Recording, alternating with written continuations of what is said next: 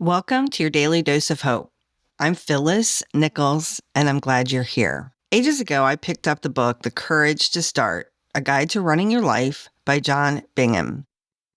It's actually a guide to running for your life by John Bingham. Anyway, it's a book, and it's written to encourage people who've never been runners or see themselves as a runner to get started, despite all the doubt and fears or the insecurities that people who've just never been a runner or thought they could do that before they could let it stop them.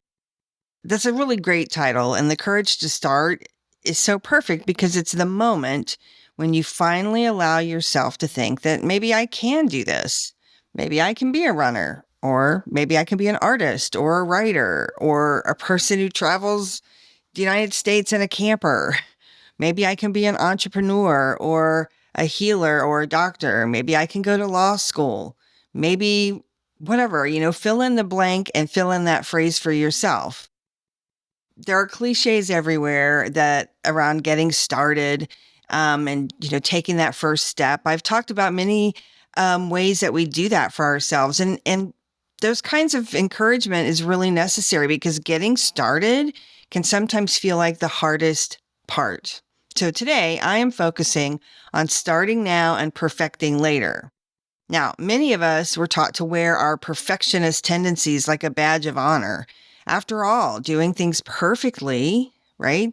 Being the A student, getting 100 on your test, being the quote unquote best at something is something to aspire to, right? But if we're willing to be honest, having these perfectionist tendencies is also what often stops us from doing lots of things in life because we're not good at it right out of the gate, or we're afraid we're never going to be good at it, right? So we just don't do it.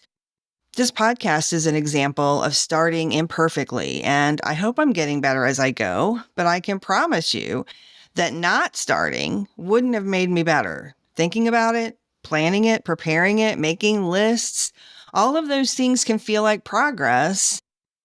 But if we're truthful, that's not starting either. So, what do you want to start?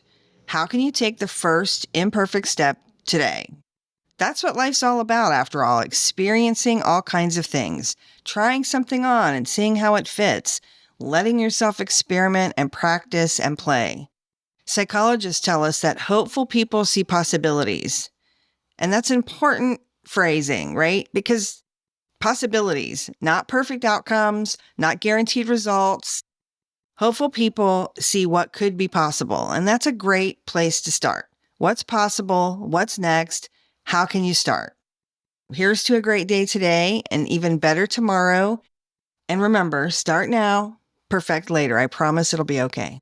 This podcast is part of the Sound Advice FM network. Sound Advice FM, women's voices amplified.